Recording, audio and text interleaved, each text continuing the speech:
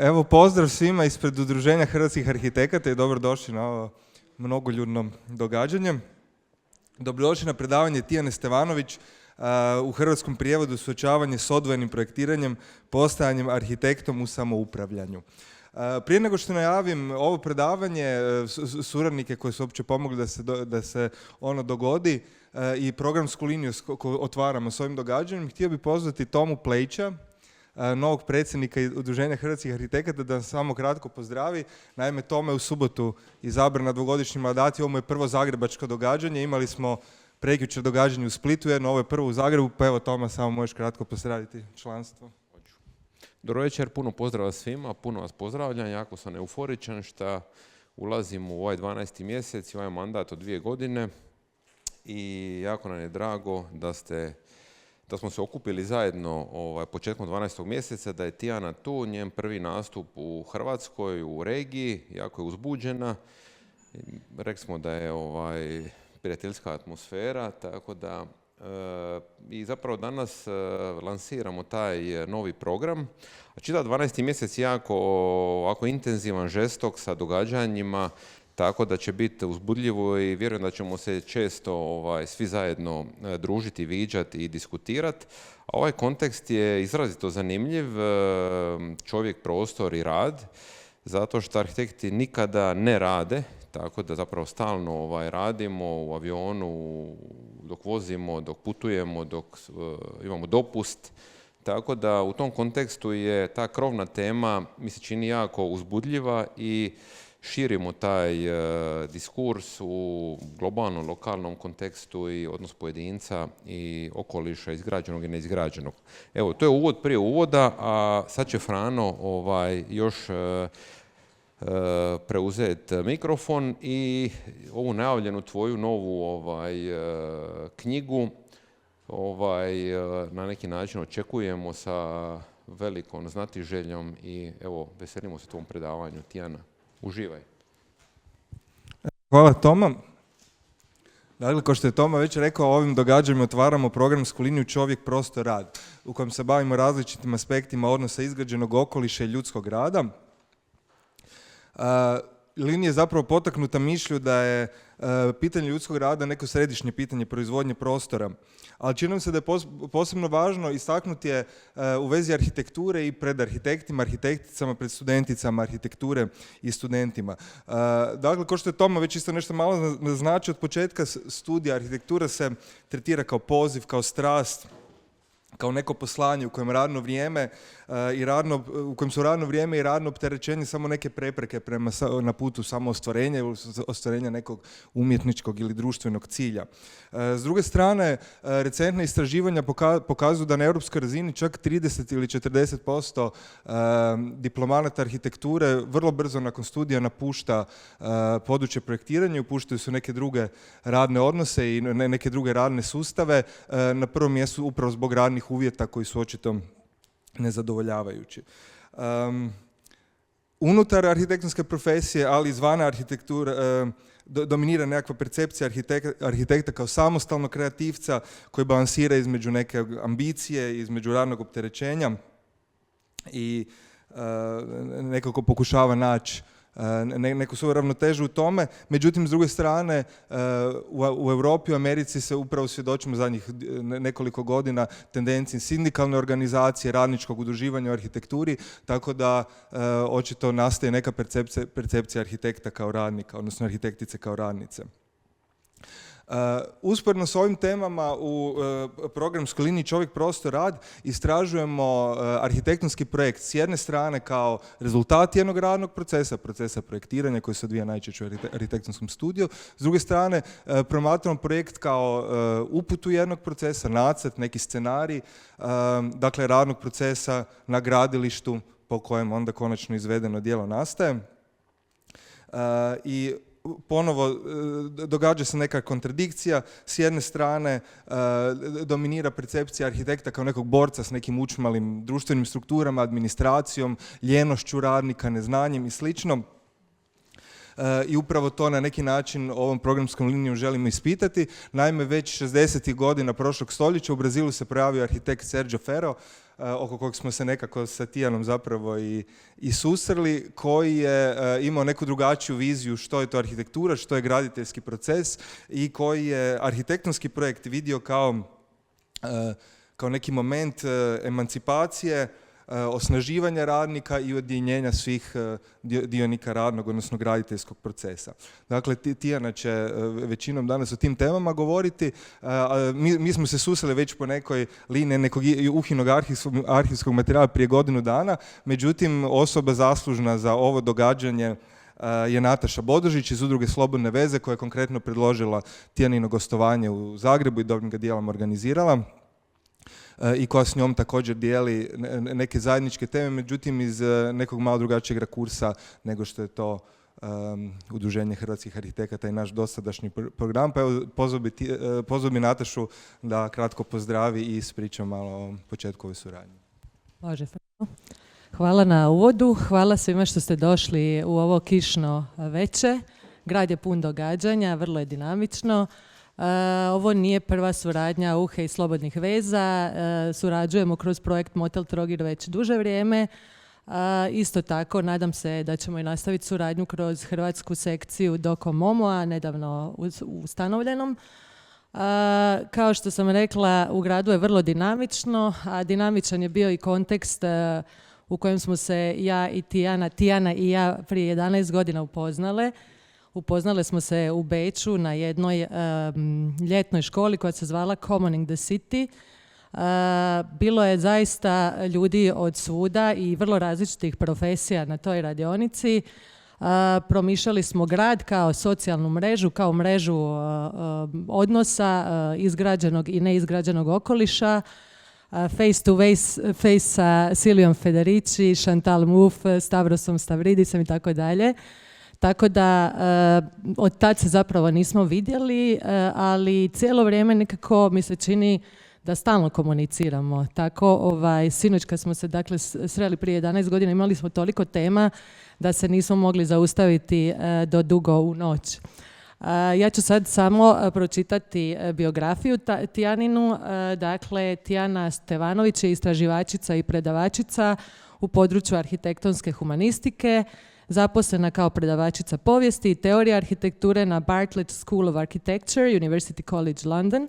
Nakon studija arhitekture u Beogradu i prakse u Gracu dobila je stipendiju za kulturne studije na SSEES UCL, a potom završila doktorat iz arhitektonske teorije i kritike na Newcastle University i postdoktorsko istraživanje na Kraljevskom institutu za arhitekturu u Stokholmu. Njezina se istraživanja bave sjecištem političkog i osobnog u arhitektonskoj povijesti i historiografiji, s naglaskom na pitanja organizacije rada, građevinske tehnologije i usmene povijesti, a objavila ih je u uredničkim izdanjima poput Building Sites, Architecture and Feminisms, Industries of Architecture i drugim. Trenutno uređuje poseban broj Journal of Architecture, Infinite Flex, Techniques and Technologies of Flexibility in Architectural Production, zajedno s Katie Lloyd Thomas, te piše svoju prvu monografiju Incorporating Self-Management, Architectural Production in Jugoslavia. Tijana živi u dinamici Londona i Berlina. Drago nam je još jednom da je tu s nama. I sad joj predajem mikrofon. Izvoli. Hvala puno. Stvarno se osjećam jako srećno i jako povlašćeno što sam ovdje, pogotovo da prihvatim tako divan jedan poziv. Kao što sam i rekla i ranije, od institucije za koje mislim da, dve institucije zapravo, koje mislim da imaju jako bitan regionalan značaj, odnosno za mene neko koji je, kao što sam i rekla, polu izvan regiona, polu unutra. Eto to, Slobodne veze i UHA, ja pratim donekle rad vaš, tako da je meni u stvari, jeste moji kanali za moje informisanje i za nekakvu vezu sa regionom, jer odavno nisam tu, ne živim tu, a mada naravno moj istraživački rad je apsolutno posvećen istoriji, donekle istoriji Jugoslavije, pa prema tome dotiče se i Hrvatske na neki način. Mi smo dugo razgovarali o tome da li će predavanje biti na hrvatskom ili na engleskom. I ja sam čisto iz praktičnih razloga zamolila da to bude na engleskom. Ne zato što ja zaista mislim da ja sam odrasla, ja sam ta jedna od onih generacija koje zapravo se visceralno, kako da kažem, telesno se seća Jugoslavije, tako da sam odrasla kroz srpsko-hrvatski jezik i mislim zaista da se razumemo, ali mi se čini zbog mog istraživačkog rada i zbog kako da kažem, edukacije koja apsolutno je povezana profesionalno sa literaturom na engleskom jeziku i nekim od stavovima projekta koje ću ovdje prezentovati, da je bitno u stvari prezentovati na engleskom. Sad, tako da ću to objasniti u narednih par minuta. Još jednom hvala što ste došli po tako lošem vremenu i paralelno uz puno drugih događanja u gradu. Hvala, Andreja. Ovo je rad koji je jako dugo u nastajanju evo, započela sam na srpsko-hrvatskom. I will just briefly say once again why I think it's important to actually present today in English. And yesterday I heard that there will be visitors like Miles in the audience, but maybe someone else as well who does not speak, who does not have Croatian as mother tongue.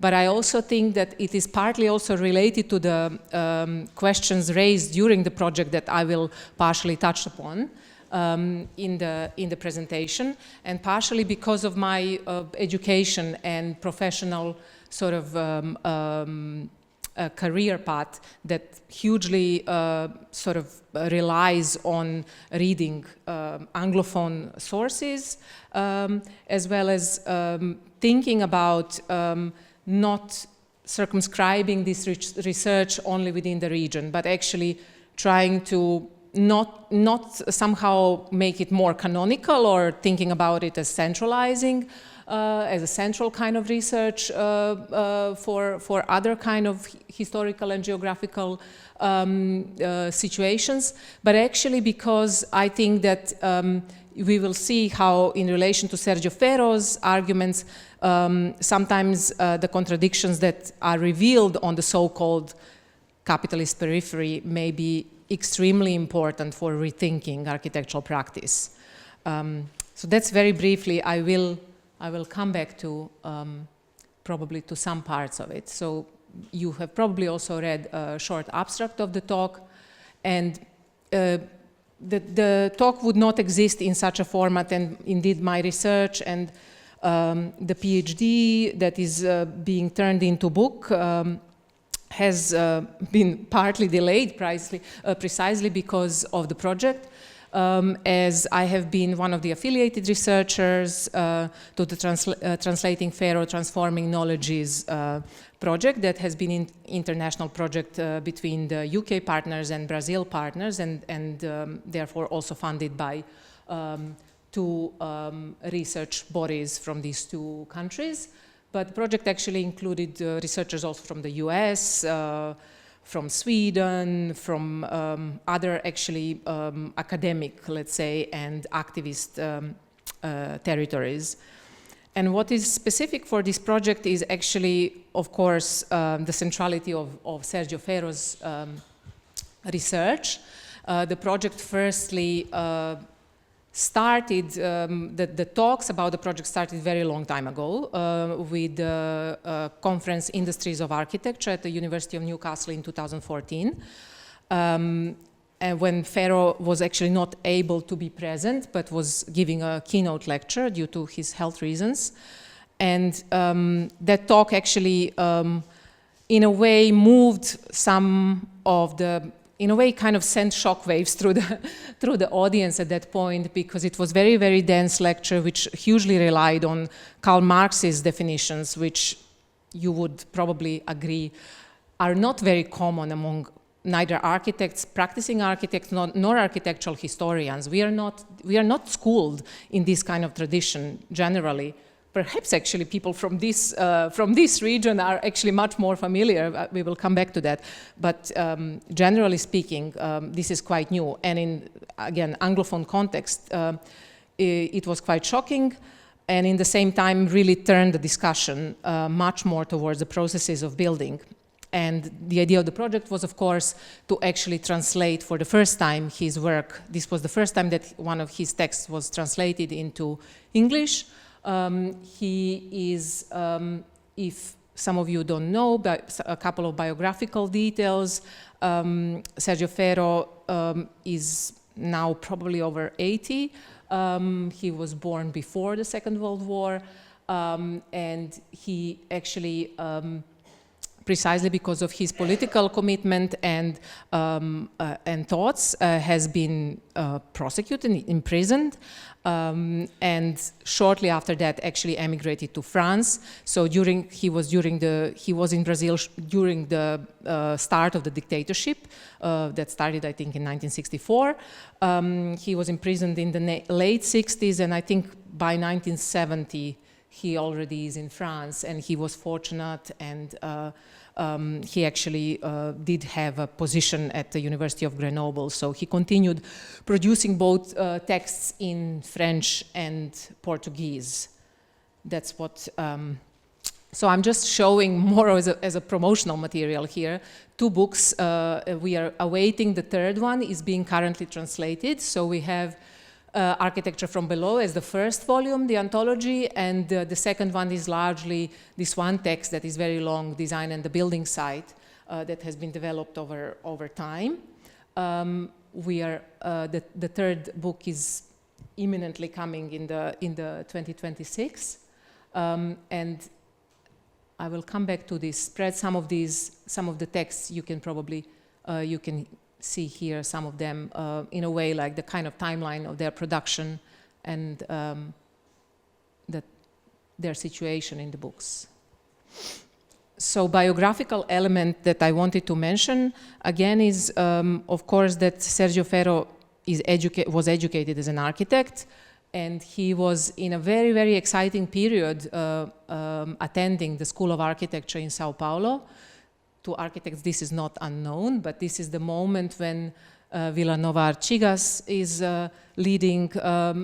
Of course, on the left-hand side, there it will be again familiar for many of you, this really exceptional sort of piece and very celebrated and venerated piece of architecture that is the School of Architecture. And this is the moment when Artigas is the mentor of Sergio Ferro and his collaborators, Flavio Imperio and Rodrigo Lefebvre. And they actually did manage, unlike many of us, to actually have an experience of building and designing projects during their studies. Again, this is much more rare, I would say, in the Old West. Again, I think people in Zagreb are much more, I think that it was possible. During my studies, I would say it was also possible in Belgrade, but I think that Croatia had a little bit, had much stronger actually practice and also the younger studios. But you can imagine how unusual this is actually thinking about this already in the British context. So this is partly due to the biographical, again, detail. Sergio Ferro's father was a developer, and he actually sent, they started doing first small kind of projects for kind of middle class single houses in Brazil. And then were basically through his father, they got to actually be sent in this moment of Brasilia. Of course, huge kind of hopes were invested in building the new capital of Brazil. And obviously Oscar Niemeyer having very strong role in redesigning this kind of desert, the uninhabited place that was going to become Brasilia. So they actually went there with all their hopes and enthusiasm, but what they encountered there hugely disillusioned Sergio Ferro about the practice of architecture.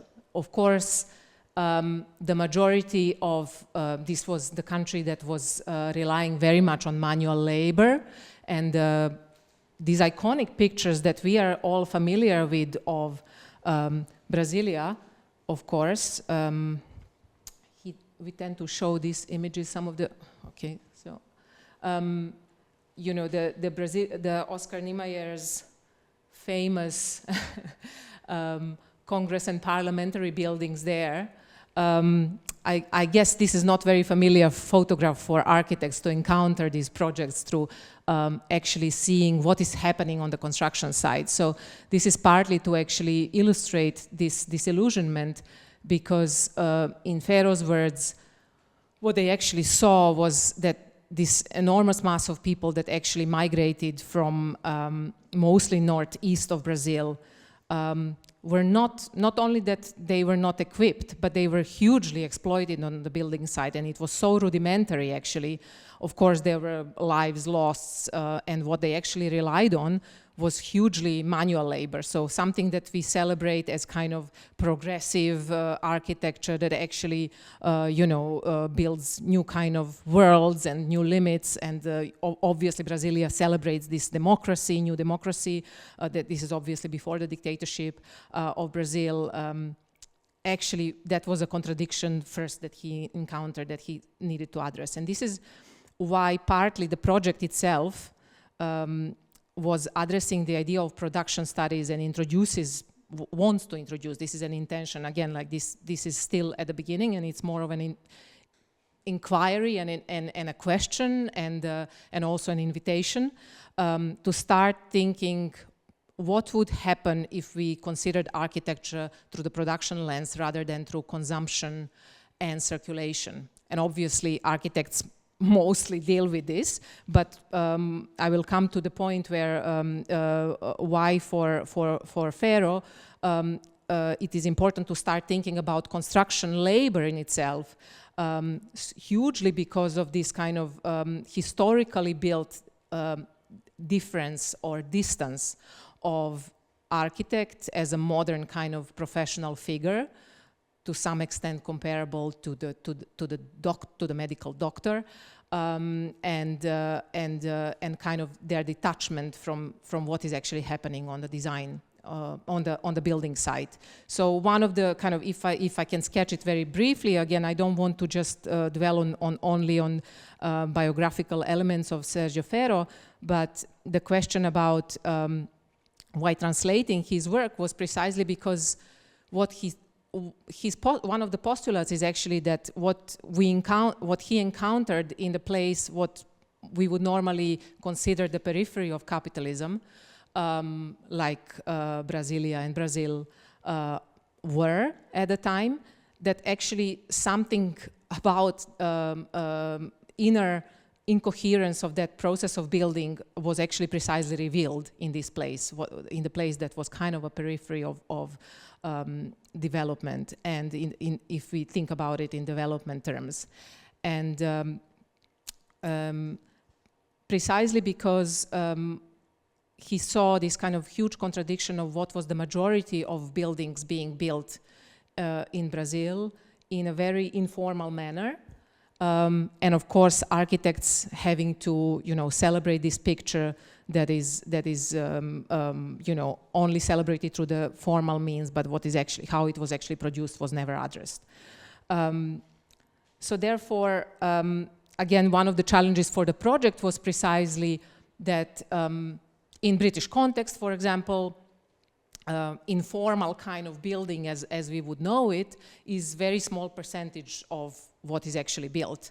So a lot of the discussions were actually around that element of where do we see the significance of actually Pharaoh's work that hugely advocates for obviously thinking with the people and emancipating through the action, through the building as a kind of emancipatory process in itself, working with the Office for Technical, as a technical advisory help, Usina, which is still practicing in Brazil, but Sergio Ferro is very closely related to them. They started in some 30 years ago, and actually working with local communities and empowering them to actually organize, and they use this Brazilian or Portuguese Brazilian term mutirao, which to some extent is actually parallel to self-management. And that is the idea of actually, indeed, emancipation through buildings, kind of self-organization, and that is used precisely in the kind of building context.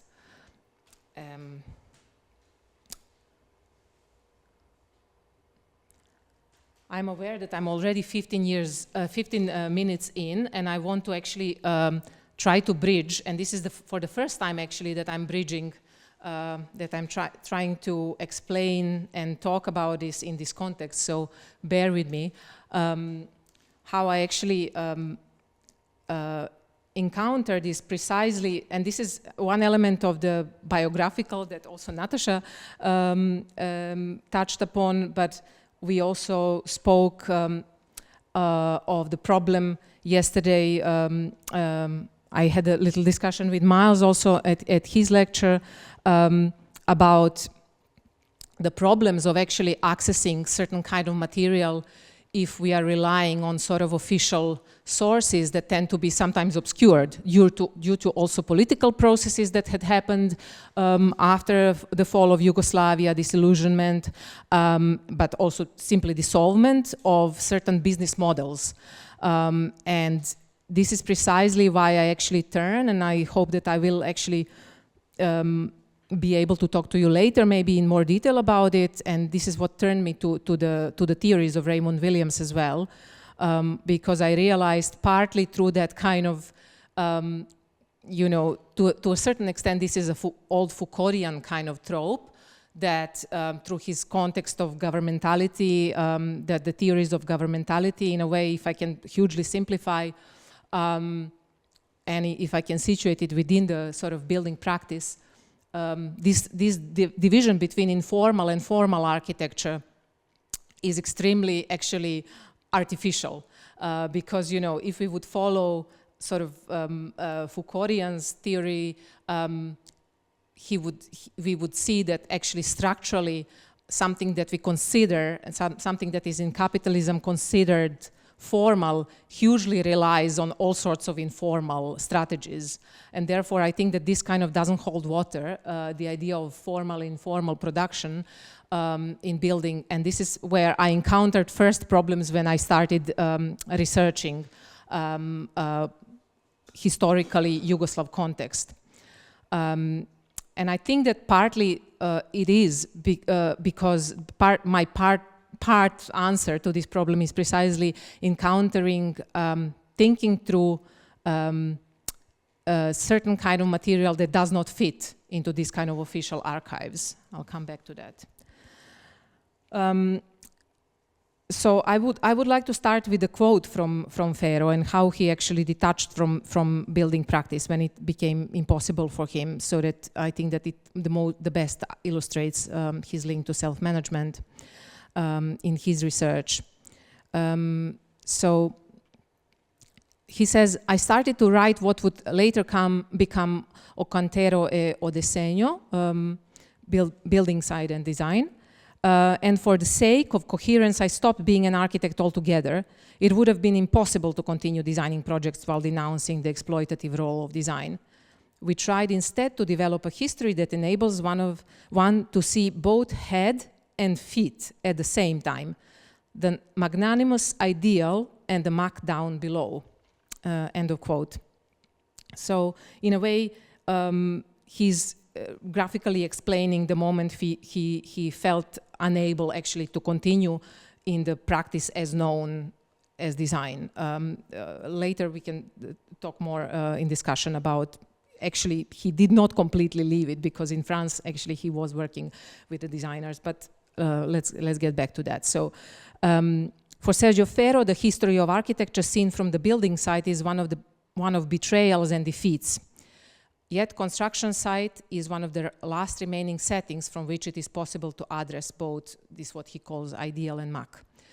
To consider the rise of the use of concrete as a weaponized building practice against and without the specialized labor and craftsmanship Ferro demonstrates that the necessity of historical analysis of trade unionism in France. So again, this is very unusual sort of curve to approach architecture through trade unionism, approaching it through the social history. He situates the less-known anarcho-syndicalist practice of self-management at the source of the 2 decades-long struggle at the end of 19th century of initially unionized building tradesmen resisting the hegemony of what was to become bourgeoisie that was gradually taking power of the unions, and in that way he claims also becoming sort of a different class. This cognizance locates the transformation of labor on the construction site at the fulcrum of the struggles for political and social emancipation, as it lays bare the advancing demarcation between building execution and its organization or management, and therefore capitalism's tendency to split manual and mental labor. So Ferro's personal resignation from practicing architecture as what he calls separated design, and again, this is a very small digression. It's impossible in this format to describe in detail what he means by that, but a very, very big chunk of his oeuvre is actually based on describing this historical emergence of the figure of the architect through the master builder, and therefore this kind of gradual separation of architect from previously, say in Gothic period, very strongly guarded trades through guilds, obviously, so trades and skills, and the gradual sort of demarcation sides, let's say. So first he would imagine, this is his argument, this is his hypothesis, and he uses quite a lot the cathedral in Strasbourg for these examples. Previously the teams would actually work and design on site, according to him. So therefore a lot of design decisions were made directly there. The sketchings, the inscriptions of the stone and so on sort of are witnesses to this. And you would not design the building prior to its building. You would actually sketch it after it has been constructed. And then he kind of turns towards the Renaissance, and kind of through these iconic buildings and celebrated architects that we know them, he kind of shows how this separation and slow development of hierarchies on the construction site meant also that these people that are now more of a more managing, and therefore also the others becoming more of a designer, are separating themselves physically also. This is crucial, that they are not anymore physically on the construction site. The sketching and the design is actually done in the draftsman's office. It is not done on the construction site. So this is his, huge hypothesis that I really implore you to read in the books, that he will describe much better than myself. And so his resignation from practicing architecture as what he calls separated design imparts his ever stronger commitment to disseminating these historical injustices, which he saw as deeply embedded in organization of construction. But to me, what seems melancholic in his critique is paradoxically also militant, because he lingers on this self-inflicted violence of architectural design. In a way, he shows how architectural, in a kind of Freudian way, he describes this, because he actually, during his imprisonment, he befriended some of the building workers that were also co-imprisoned and read Freud. So he does use also Freud, but there's almost like this kind of Freudian explanation of how designers go against themselves, and how eventually they get to similarly be oppressed by those that they actually tend to serve, incidentally. So this is why he turns to Marx and to kind of describe this, what he calls architecture from below. And this is, in a way, this is what I see as parallel to this self-management key demand, which again, you as an audience from here, you would be much more familiar, and I probably don't have to explain, but this idea that the managing is in the hands of the workers is nothing new for researchers that actually research also Yugoslav worker self-management, obviously. So how that translates in architectural production is something that I've been really interested in understanding, and looking through actually mainstream documents sometimes, it was really, really difficult to actually open this topic. It would always end up on also in the interviews with some of the architects that I did some decade ago. There would be this kind of uncomfortable situations where they would consider what did self-management actually change in the practice, and often this kind of, from the historical distance, often it would be very difficult for them to say, and they would almost like separate it and say, well, self-management is actually, something that was happening in this kind of meetings of the board and workers' council, but that doesn't have to do anything with design. It was more of a, workers were deciding which kind of paper we were buying, on which kind of pencils we were buying, and it was actually really, really difficult to get to the point of what is actually self-management. And this is, again, for the researchers and designers who are really interested in this kind of policy that has lasted very long in Yugoslavia. There's another challenge, and that it lasted long, and that it changed through 3 also constitutions. So obviously there's huge business changes in the sphere of building construction that self-management really embodied also. This is why I actually approach some of these problems through personal archives and recollection of my late father, who was himself an architect and who was himself in workers' councils, and on one hand actually being extremely devoted to the workers' question, and in the same time behaving like any other mainstream architect, just designing.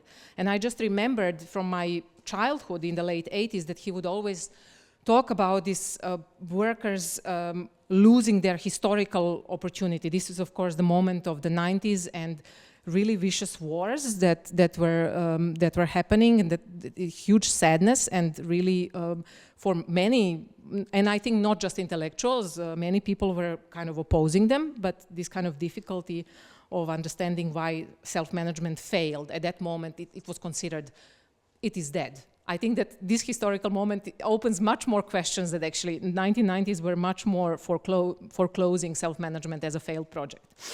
So we have another opportunity, but and this question of workers losing their what kind of their historic opportunities, what kind of is something that actually brought me back to actually thinking about how does this practice of architect who has been formed by as a participant of youth omladinske radne akcije or youth working actions, and kind of who was very fondly also talking and memorializing them.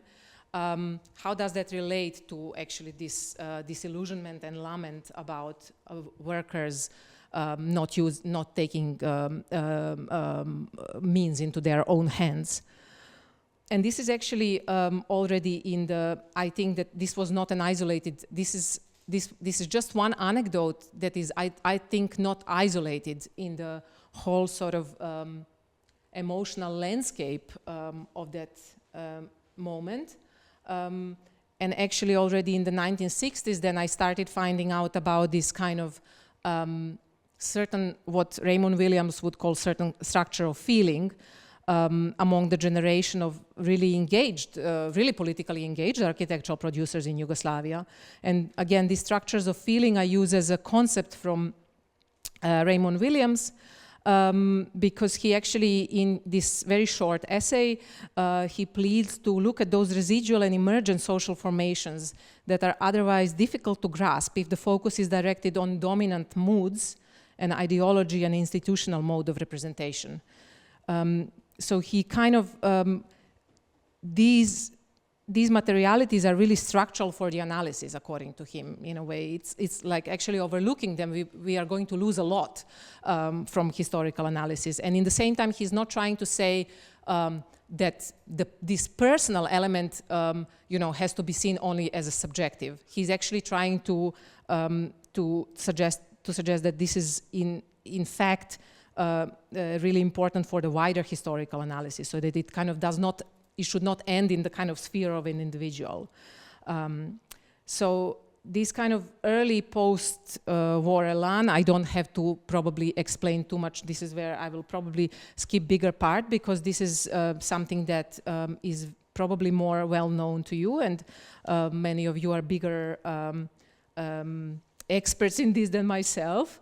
But obviously the youth work actions were the moment of hope, and where many volunteers from other countries also participated immediately after the war. Especially there were brigades from the UK, which I actually want to say a little more about in a little while. But it was really even Canadians, Italian brigades, they were all part of this effort of rebuilding the hugely demolished infrastructure, first of all, but then also buildings. And that's why the slide here actually shows early works in something that was intended to become a new capital of the country. It's questionable to what extent it did. But indeed, this is the youth that mostly actually worked voluntarily during the summer months.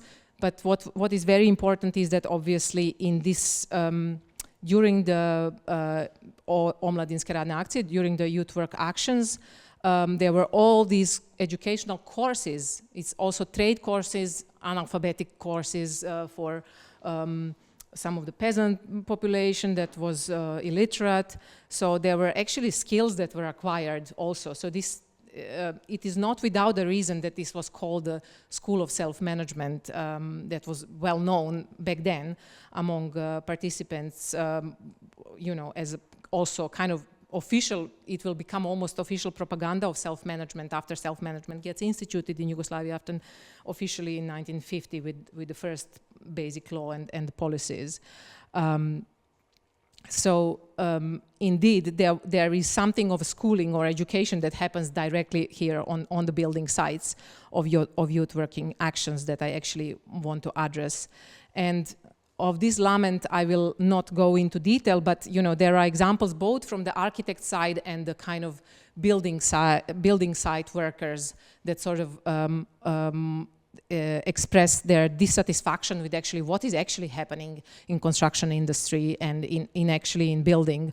On one level, architects were complaining about the kind of relations in the process of production that would result in shabby realizations in some of the buildings, even though, as we know, by certain measure, this is incomparable to, you know, the scale of building. This is undeniable that this is huge, and that there were huge actually advances made, obviously, in the same time in the 60s. Where I see also complaints from architects such as Mihailo Mitrović, and building workers actually petitioning to their workers' councils because they had encountered difficulties actually accessing those workers' flats that they were themselves building. And in the same time, you know, professional associations sought introducing moral codex to actually better regulate the freelance architecture services, which they saw at that moment as spiraling out of control. And then, you are much more familiar with the 68 student protests, but I want to stress that this is also the moment of uprising that actually also is sparked by some of students of architecture, and the moment which has been also illustrated in some of the historical documents at that moment published in New Left Review of what were the demands actually of the students at that point. And it all started with this incident of students trying to enter the building site of youth work actions and being denied, and they themselves trying to equalize students workers, like chanting these slogans, students workers. This was almost, it's kind of paradoxical that in the country where self-management is official policy, somehow it is forbidden to mix this, where officially everyone was a worker, right, in the worker self-management, but we have students not being allowed to call themselves workers and to kind of equalize their struggles. So kind of solidarity is almost like impossible. And that kind of later gets to be voiced also in the new School of Architecture at the University of Belgrade in 1970 through some of the propositions by then Dean Bogdan Bogdanović, advocating for more self-management in higher education, again with its own contradictions. But this is for me very important because this is actually this new school of architecture. Some of architectural historians will know that did not last long. In fact, it was never really instituted at the Faculty of Architecture. There were these long discussions and some documents published from them. But what I saw as a kind of continuation of it was, to a certain extent, counter sort of measure of reinstituting new curriculum, but being much more closer to the practice, which at that point already kind of has hardened, and at that point it was generally considered that building enterprises, as we know them, so these are not just construction companies, but very, very specific business models specific to Yugoslavia, were taking a lot of actually autonomy from the architects. So this is the moment when at least at Faculty of Architecture, University of Belgrade, there is instituted postgraduate course of stanovanje or housing, where a lot of eminent professors, but not only professors from architecture, also from sociology and from philosophy, School of Philosophy at University of Belgrade. Again, I will not go into details about Praxis group and their kind of important critique from the left of self-management, but some of these people had definitely been informed by this critique. And in the same time, we have people that are very, very close to building enterprises, being part of this housing housing course that becomes actually one of the main sources of understanding this contradiction, because this is difficulty of accessing some other official sources. We will touch upon these anecdotes later in the discussion, why not just personally but also professionally, because of this change of the directives of these institutions, such as Urban Planning Institute of Belgrade. That also meant much more relying on these kind of sources that are not officially regarded as important. So if you go to the University of Belgrade, no one would actually have these booklets that were published from this time, end of 70s, beginning of 80s, and actually a huge number of architects attended them parallel to their practice. So they would go the course lasted for 2 years, and mostly people architects from practice actually attended them. So I think that they actually had huge impact. The school, that postgraduate course had a huge impact. They went every Friday and Saturday, so it was kind of important. So I'm just looking at the time, and I'm really aware that I'm going to skip some of the elements. We will touch upon them in the discussion. The brigades that I mentioned, we can talk more, and you can read more about it in my PhD and my book.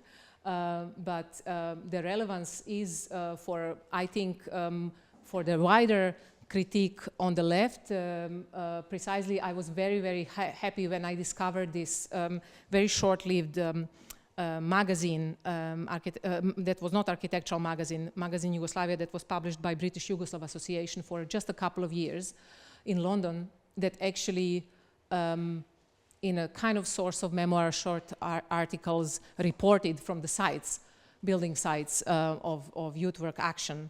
And this is the moment when, as a teenager, Edward Palmer Thompson, or E.P. Thompson, attends also some of these youth work actions, and writes specifically in another book, book of memoirs, The Railway, about their fascination actually by this kind of process of building the new country, rebuilding through this kind of emancipatory progress. But he will be later one of the most important critics of the new left in Britain. But I will just leave it there because I won't go into much detail.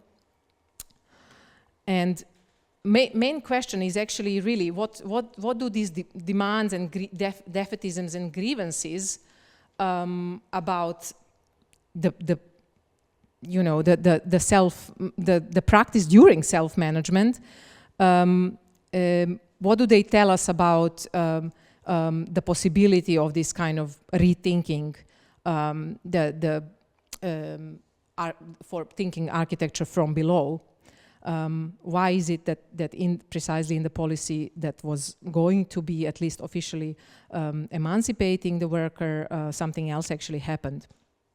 And how does this emotional charge actually around matters of construction and design, strongly expressed in and around architectural production, informs understanding and the development of self-management? Again, I rely here on some of the other kind of sources that are not strictly architectural, but that were very much built through this kind of material coexistence on the building site. So again, very much more well-known theorist, philosopher, sociologist, Rudi Supek, Zagreb-based, was actually, together with his students, he took part into this kind of ethnographic, but to a certain extent also autoethnographic studies in the early 60s of a couple of auras or youth working actions. And result of it is, of course, this book. Maybe some of you have read and encountered. What is interesting in Supek's writing, what I encountered, again, like I will not dwell much about his importance for the wider discourses and criticism from the left of self-management through the Praxis School, one of the most kind of iconic international kind of circles that contributed to much wider philosophical discussions. But what is interesting in his writing is that he actually almost with melancholy describes these moments where the machine of the paver is introduced to the building site, and where almost like the manual work of the building is made redundant. And therefore he actually stresses this material connection with the land itself. There's a kind of almost romantic attachment to building something together. There's materialities that simply cannot be translated into words, that have to be sort of almost on a phenomenological, even though this is absolutely not in a phenomenological framework, but that have to be viscerally sort of collectively experienced through this. That's the argument to actually understand the development, and that he kind of supports this argument of change of the self-management from one-track railway to two-tracks railway, kind of that there is a certain democratization of the process of making decisions that he actually tracks through the very way the organization of the youth work action has been changing in the 60s. At least he's hopeful. So between the 1958 and 1961, sort of graphically, he's trying to make these algorithms where he's working out what does it mean actually, so that it is he is himself aware that this is not always strictly bottom up as imagined, but he's kind of trying to build an argument towards that it becomes more bottom up by becoming this youth work actions being much more mass event and mass kind of participation of them in them. Again, I will go very quickly. This is some of the material from that postgraduate course that I mentioned from the professor Tine Kurent, who was actually really, really active in international circles as well. But just to illustrate that actually the real battles are actually here between this proizvodna mera and modularna mera, production measure and modular measure. There's a huge discussion about, architects' design not, or argument for that architects' design should not be suffering from this building industry imposing a certain kind of regulation. And Kurent's main argument is actually that we cannot regulate the design. We can regulate the building products, but not the design. And but somehow what was registered was that there's already in this kind of hierarchy and building enterprises, this is from the 75, the process itself of design has really been transformed and been basically much more, the architect has been losing the autonomy from the big, almost capitalism like enterprises obviously operating on half open market. Again, some of the things are very, very well known to you. I will not dwell much more in detail. I'm just, I want to just tangentially mention something that I've been also hugely involved with, and that's this, how actually IMS system itself, very well known, especially through recent architectural historians' writings, and which for whom I'm very, very thankful. But it has been also kind of as a myth. It almost has a kind of mythical place in the history of prefabrication, because usually it is used as a distinction between sort of kind of open system model and closed system of prefabrication. In a way, sometimes this is the way to also distinguish between kind of more open market socialism of Yugoslavia and kind of more closed market. But interestingly enough, this closed prefabrication was much more practiced in the West. So if you look into France and Britain, closed prefabrication means most of the times when all the structural elements are all prefabricated, and structural elements are actually not like in IMS. Again, these are some very well-known elements to the practicing architects, I'm sure, and also historians. But here we have just columns and slabs. And in so-called closed architecture, we would have whole system that is basically procured by the building enterprise, where the whole walls and even the facade, it is all kind of pre-packed with pre-packed specifications and so on. And actually, IMS is an interesting moment where it has been hugely celebrated, precisely actually, and this is never accentuated in that way, but I'm really interested in this kind of duality of the system, because it could rely still to huge extent on a manual labor. And manual labor in kind of Pharaoh's sort of framework is very important, because through this persistence of manual labor, he's trying to explain that no matter how architects are obsessed with industrialization of building, and kind of we have huge hopes in that, in the end, what serves capital the most is the persistence of the so-called manufacture. Again, he uses Marxist terminology, which means a lot of kind of, even for the simple assembly of panels, we should not forget about manual labor, and precisely this is the place where the biggest extraction of profit is done through, and therefore his turn towards thinking about relations between the building workers and design, because precisely through the exploitation of manual labor, the profits are built. So IMS is actually one of the interesting examples where it really facilitated this, because a lot of it was still, to the biggest extent, even though it was celebrated as such. So I want to wrap up, because I'm aware that it's really, really a lot of things that I want to talk about with you. But even before this press that I mentioned at the beginning was inundated by the complaints and objections about crude realizations from architects. I mean, architects were complaining about the crude realizations in practice. There was this book, again, you must have, some of you must have even read it. It does not exist in English translation.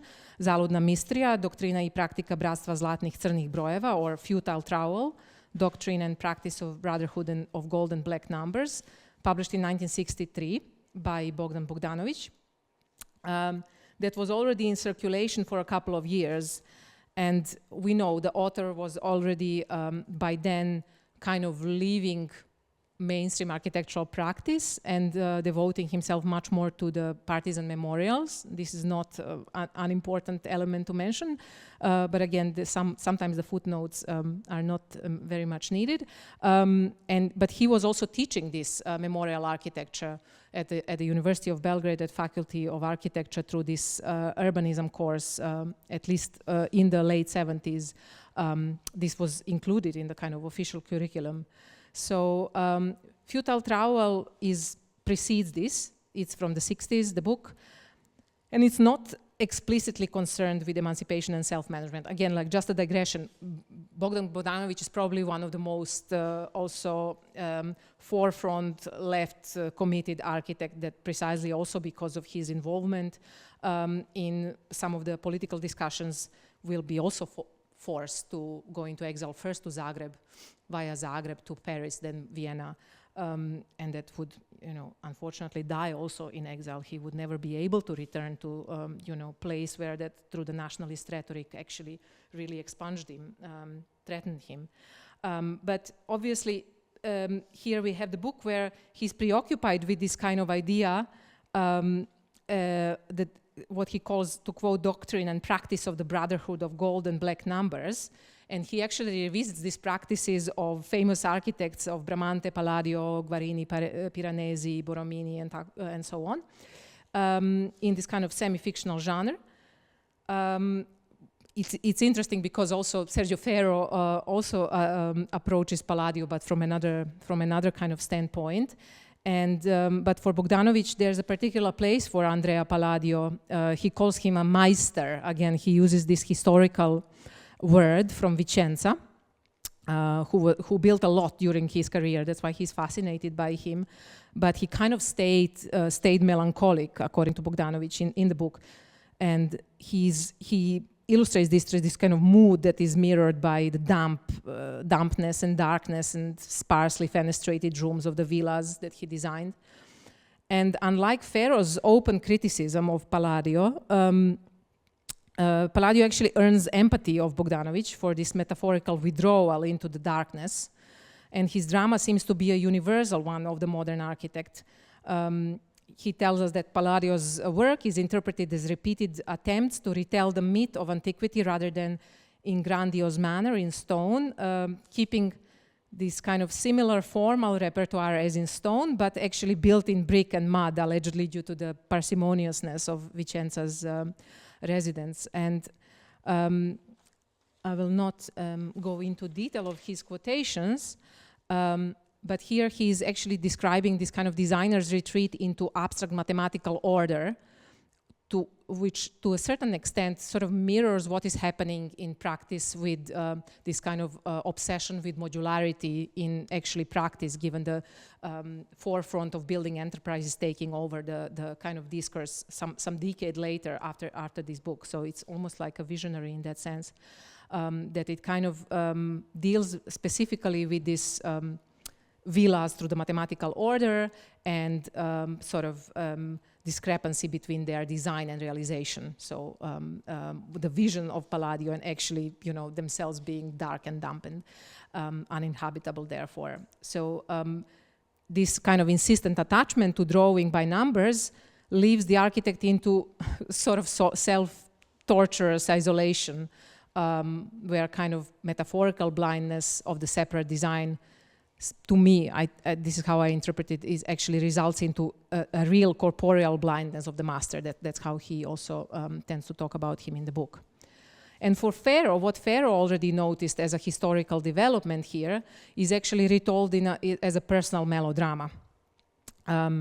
Ferro's own view of Palladio's design is not important as a work of individual author, but a tendency, he speaks of it more as a tendency of sort of idea holding hegemony over realization, having this kind of hierarchically high position, and therefore sort of incoherency of the design. He kind of registers that this is the moment of mass actually arriving to presumably the harmonious previous conversations of all the participants on the construction site tend to then become disjointed, and this is when the kind of chaos is introduced, according to him, on the construction site. I think that this kind of allegorical analysis of the master's initiation into the grand order of mathematics in Bogdanović's discourse is kind of a reminder of banality of construction they were sort of detaching themselves from. And therefore, it serves as a critique of what the author might have encountered in this inconsistent referencing of ideal and realization at a time in construction. And again, it's not without reason that in his in the Serbo-Croat, he uses the words such as graditelj and neimar rather than architect. So he's embracing this position of a master builder, sort of historical. Therefore, he uses this kind of archaic words, graditelj and neimar, because I think that this is precisely the reason, because it brings closer this focus. Brings closer into focus this oppressive and also ambiguous, self-troubling historical conditions of the modern architect's emergence via this detachment from construction work that also Frano narrates at length in his writing. And sort of just to conclude, I would like to just say that, again, even the most politically committed Yugoslav architects encounter the difficulty of extricating the concrete practice from the symbolic authority of the French theory that dominated discussions on self-management, or autogestion in French at the time. And paradoxically, actually, another sociologist, Marie-Geneviève Dezès from France, chronologizes that actually autogestion is a term that entered French leftist discussion in 1951, actually by referencing the constitutional changes in Yugoslavia. So there's a bit of a discrepancy between what came first. In Sergio Ferro's terms, he returns back to Paris Commune of 1871, and that very short-lived moment of kind of 3 months of self-governing in Paris, that is kind of almost kind of mythical place of self-management, and what actually that changed for the practicing architects. I will actually, no, I won't go there. Let's stay on the Bogdanović side. Okay, that's also good. So self-management announces this kind of end of universalism, as we know, to self-managers to take into account into one's own hands, actually, the task of constructing new social relations in each and every sphere of production, rather than relying, obviously, on delegated representation. And it may appear to have an eminently architectural logic, precisely because it presents an idea related to the design of social formations, but one whereby the authoring agency has to efface itself to realize, actually, self-management. And so to be interpreted as a self-manager is no longer to be a self-manager, I would say. This is precisely the contradiction that encompasses becoming actually an architect in contradiction. This is precisely why the youth work actions are hugely important for me, because I think that preceding many architects, again, like not only thinking about my father, but actually generations of architects participating in this. This is the generation that actually, before becoming professional architect, they encountered this practice of building on site. So actually architecture from below, and that kind of troubled their relationship, therefore, with idiosyncrasies of self-management. And I want to finish because by Sergio Ferro's kind of focus on the perspective of the vanquished, and that's the building site workers, the defeat of the anonymous construction workers, which I see almost in a Benjaminian sense, kind of pointing towards this messianic exorcism of self-management. Because to spell out this catastrophe of missed opportunity, this is how I try to understand this idea of workers losing their historic opportunity with self-management. And this is what Ferro actually argues, that we have to return to these memorializations of even these defeats and struggles, because that's this is the moment of actually rethinking them is also a certain kind of emancipation. So self-management's endeavor to dismantle capitalist hierarchies implied that the architect could simultaneously identify with the worker and also be in the same time detached in this kind of organizational process as a kind of technical expert. And rather than an inner struggle of individual architects, this structural impasse plagued architectural production in socialist Yugoslavia. And even though I'm finishing in 1 minute, even when on the surface they adhere to the principles of revolutionary left, the dominant mode of production did not relinquish the capitalist relations. And I think that's what we actually have to take into consideration that we cannot only think about self-management only in terms of obviously socialist production, that much more it was actually colored by inheritance of what we imagine as architect from capitalist world. So even if economic and political economy sort of processes and rethinking might have gone into becoming more socialist society, in the same time, the way the architects were educated and built it formally was very much similar to actual capitalist sort of world and inheritance from pre-war. So there is a huge kind of dilemma and tension there. And while the material conditions rendered workers' experience unfathomable to the architect's lament for the things untraceable and lost, I think becomes a concrete material condition that challenges the horizon of the imaginary. Despair in the face of self-management's limited transformation of architecture should not be dismissed as tangential, but central to the understanding underlying contradictions of becoming an architect in Yugoslavia. And again, my emphasis on this interpretation of self-management is not derived from the fact that, you know, I was simply born in Yugoslavia and so on, but I think because of this kind of second-hand access to the feeling of loss, and I think that that's something shared with the generation, with many of you also here, and that's also familiar. That would be also familiar to readers of Sergio Ferro, because in Susan Sontag's word, to translate, and that's the element of translation in the project, is to actually means to actually hand something over or hand something down, this kind of tradition of which Sergio Ferro tends to argue for, to kind of rethink these traditions that have been handed over from previous generations, attempts to self-manage even if they are failed. And I'll end up there. I think there's plenty of points for discussion. But thank you very much for your attention, and I apologize for running over time. Thanks.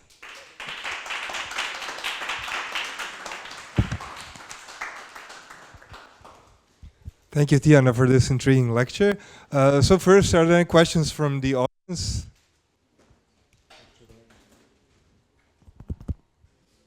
Ima li pitanja iz publike?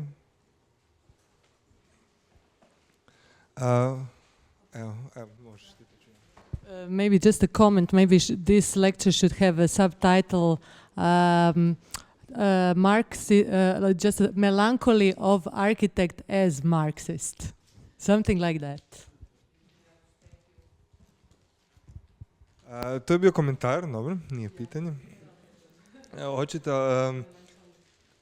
Jučer smo s Tijanom prolazio, pa su nam mnoga pitanja koja smo imali se zapravo odgovori već našli u predavanju. Neka tendencija je bila da se šire opiše ovaj kontekst Sergio Ferra, brazilske arhitekture i slično, o kojem se u našem kontekstu govori dosta malo. Možeš li nam ti reći za početak otkud tvoj interes za te teme, za marksističko čitanje arhitektonske proizvodnje i proizvodnje na gradilištu, kako si uopće došao do toga prije ovog projekta i prije ovog članka koji si danas predstavila? Hvala ti, pa nije bio brz put. Kažem, zapravo ja sam započela, mislim da mi možda ne bi bile tako bliske te teme da sam ostala u kontekstu Beograda, koga sam napustila 2008. godine. I zbog nekakve ideje o daljem nastavku edukacije i izlaska iz prakse zapravo. Ali na neki način kada sam započela, sad da ne idem u praistoriju, kad sam započela istraživanje o arhitekturi zapravo Novog Beograda, moja ideja je, zapravo sam se mnogo više temeljila na toj vizualnoj nekakvoj impresiji koja je značila da svi ti modernistički, kako da kažem, koraci ka izgradnji tog novog grada su zapravo bili neprepoznatljivi u vreme dok sam ja tamo stanovala i živjela kao student arhitekture u Beogradu, zbog tih takozvanih nadogradnji koje su se desile nakon privatizacije. I moj doktorski rad je započeo sa tim, u stvari, sa 90-ima i nakon 90-ih. Znači, nije uopšte sezao toliko daleko istorijski. I tek onda kad sam započela, pokušala prvo da mapiram te da kažem, diferencijacije fizičke strukture, shvatila sam, odnosno došla sam u dodir sa tim nekakvim otporom i nemogućnošću. Upravo zato što je do te mere su nekakvi prostori fizički bili privatizovani, da im se nije moglo prići. Morate da, ne znam, koliko koraka, praktično fizički, vremenski je to toliko oduzimalo vremena da je bilo nemoguće i u poređenju sa nekakvom metodologijom istraživačkog rada na zapadu, u Newcastle, konkretno u Britaniji, to jednostavno bi značilo mnogo duže, odnosno, ne znam, nemogućnost bukvalno vođenja takvog projekta. I zapravo me je to navelo da počnem da razmišljam zašto i u razgovoru sa arhitektima koji su zapravo bili, neki od njih su bili jako u stvari rezignirani tim promenama, naravno na njihovim strukturama, kao na primjer Darko Marušić i Melanija Marušić, to je jako poznato, mislim pokojni je sada profesor Darko Marušić, koji čak i meni bio profesor, da oni nisu bili srećni šta se dogodilo, na primjer, i sa njihovim drugim projektima, ne samo na Novom Beogradu, ali posebno ovaj novobeogradski još u vreme konstrukcije. I tu u tom nekom razgovoru s njima, u stvari, sam ja shvatila da mene u stvari mnogo više zanima problem istorijski, jer su oni baš to i naveli meni u tom nekakvom razgovoru, da je još tada, još u vreme kada je rad kao vojna preduzeće građevinsko izvodilo te radove, oni su došli u konflikt sa njima, zato što je, ne rad, nego napred, izvinjavam se, je kupio tu tehnologiju iz Britanije i iz Francuske, koja je bila direktno značila da njihov projekat koji je bio idejni mora da se žestoko transformiše i koji više oni nisu htjeli da potpišu. Tako da taj projekat sam je u stvari podeljen. Jedan par blokova oni i dalje potpisuju, a drugi je prilično drugačiji. I tu sam negdje, znači, krenula, vratila se nazad, da kažem, u stvari kontradikciju gdje na jedan način, naravno, istoričari arhitekture, opet, ja ne želim da kažem da je to bezvredno, naravno da je to vrlo važno istraživačko polje i mi vidimo mnogo veću zainteresovanost danas nego, na primjer, 2011. kad sam ja započela doktorat za polje arhitektonskog delovanja u Jugoslaviji, što sam naravno srećna. U tom trenutku je bilo vrlo teško, u stvari, govoriti o Jugoslaviji van tih okvira second world or third world, kao drugi ili kao u tom nekom kontekstu development, kao undeveloped i naravno socijalističke zemlje. Ali sam znala, kažem, telesno i prosto iz svog iskustva, da to nije bilo tako, da je u stvari samoupravljanje donekle emancipovalo društvo, da to društvo je bilo mnogo drugačije. I upravo me zanimalo to zašto arhitekta koji je na neki način, kad se uporedi sa nekim arhitektama, čak i na zapadu, koji su bili, čija je autonomija bila narušena upravo kapitalističkim procesom, ali i u istočnim zemljama, zašto u isto vrijeme postoji ta nekakva, postojalo je to neko nezadovoljstvo i konflikti koji, to je u stvari otvorilo polje da se istorijski sagleda šta znači arhitektura u samoupravljanju. Zašto je teško pričati o arhitektu kao radniku, zašto arhitekti sebe nisu, bar iz ove, kažem, istorijske perspektive, kada sam ih danas, odnosno to je bilo već 15 godina, 13 godina unazad, intervjuisala, oni nisu sebe vidjeli kao samoupravljače. To je bilo nekako van njihovog delovanja. I tu sam krenula, u stvari, sa otvaranjem te priče. I nekako je Fero sada upao kao vrlo, vrlo bitan teorijski fokus na koji nisam naišla na drugi način. Naravno, to je donekle i Marks, kog ja isto nisam detaljno pročitala sve dok nisam završila sa doktoratom. Tako da, tek sam onda ušla u jednu dugu čitalačku grupu i tako dalje i onda da bismo mogli da čitamo Fera, na neki način mi moramo da čitamo Marksa.